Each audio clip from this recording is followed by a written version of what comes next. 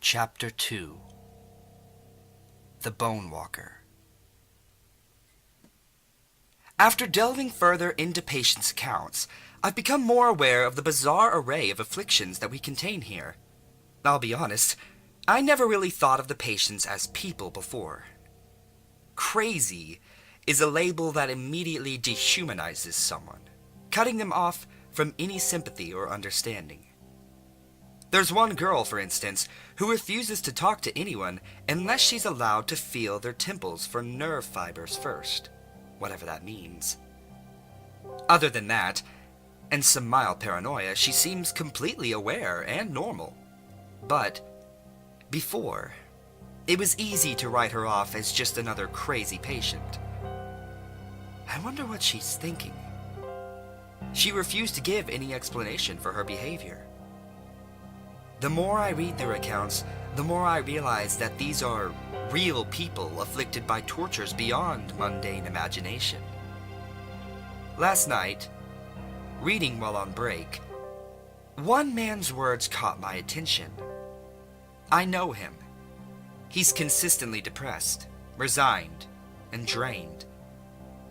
But now I think that, underneath all that, he may be like any of us. He's just pained by this thing that grips him.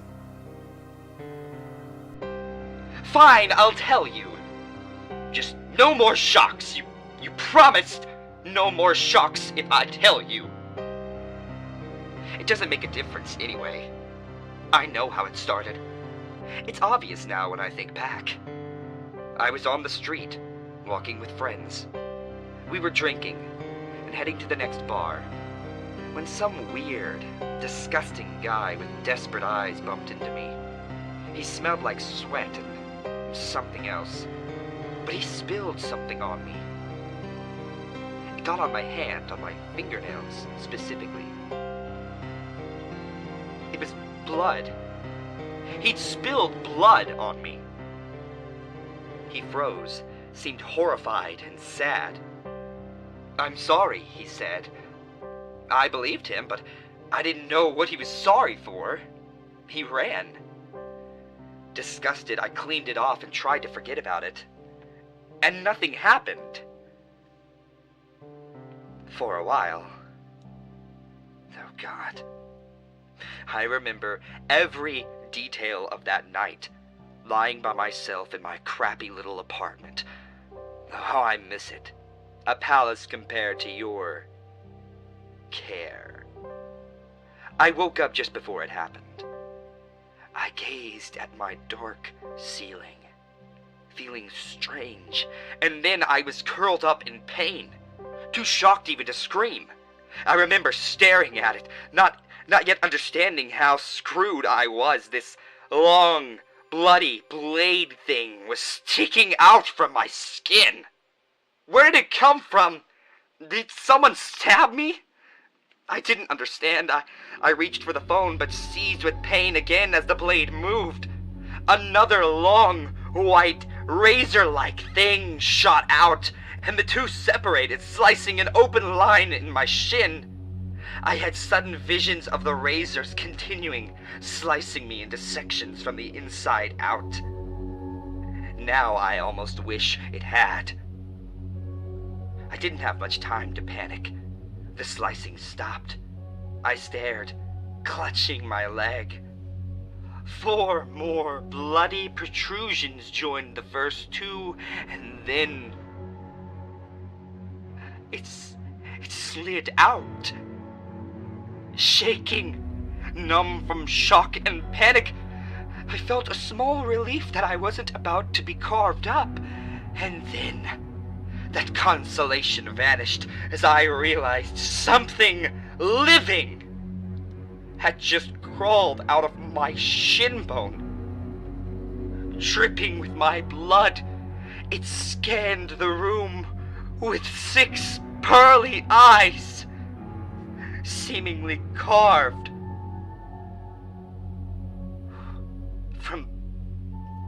seemingly carved from bone. It stood on 6 razor-like legs, the blades that had eviscerated my skin. About 2 feet high, it was much like a spider. Unexpected, it said. It had no mouth! How did it speak? Unexpected? I asked, numb and terrified. Who are you? Trembling and on the verge of tears, I just wanted it to go away. Nobody important. That was the wrong answer.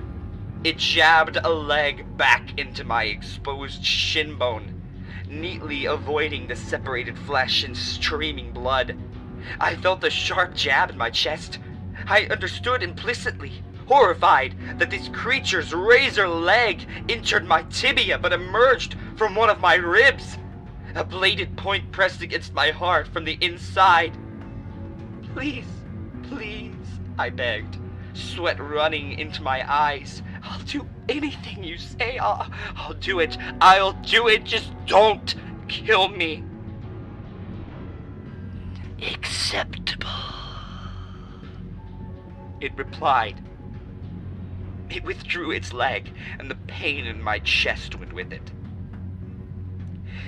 You will do as instructed, or die in utmost pain.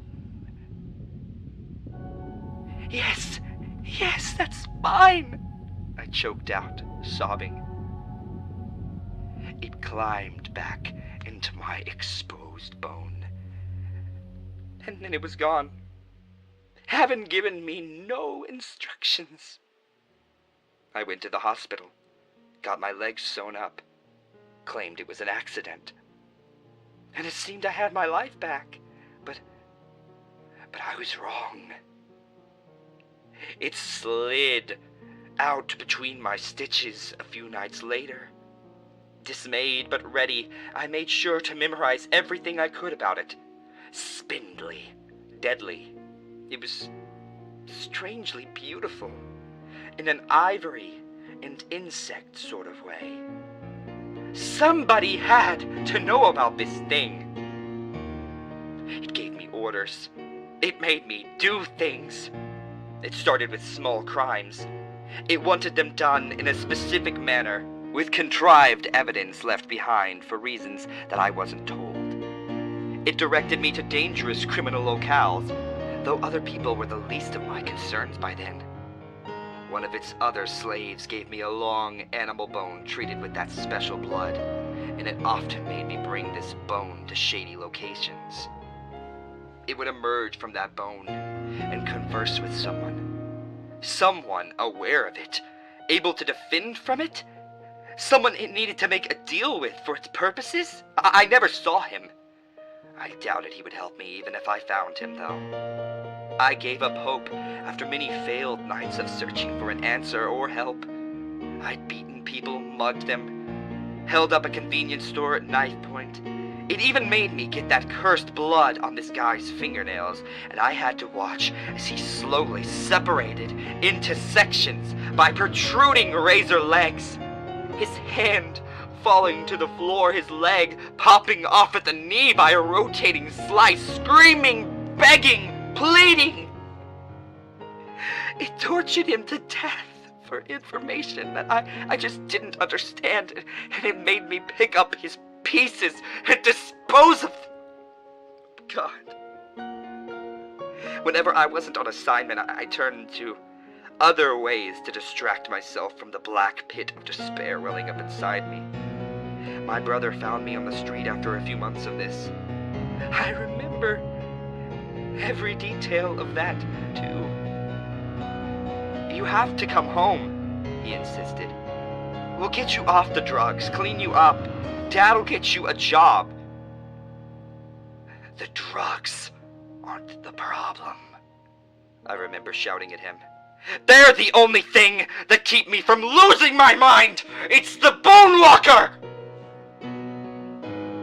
As I said those words, a sharp jab hit me underneath my left shoulder blade.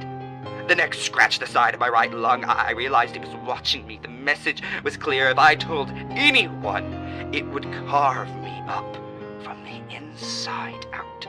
"Get out of here!" I screamed at him, feeling every bit the same now as that disgusting and desperate man who had bumped into me. "You can't help me! Go away!" I hit the hard drugs even harder then. At some point I was drained of everything even resembling my old self, and I decided not to do it anymore. Even if it meant my death. At its behest, I bought a rifle and trained in its use. It wanted me to kill somebody important, but when it came with the name and plan, I would refuse. I wondered how it would do it. How it would stab inward from my skull, killing me instantly. Or would it slice me from each of my bones, carving me up slowly like that poor, poor man? I stared at the gun, wondering if it would go after my family if I refused. Did I really have a choice? Could I sacrifice my brother too, and my parents?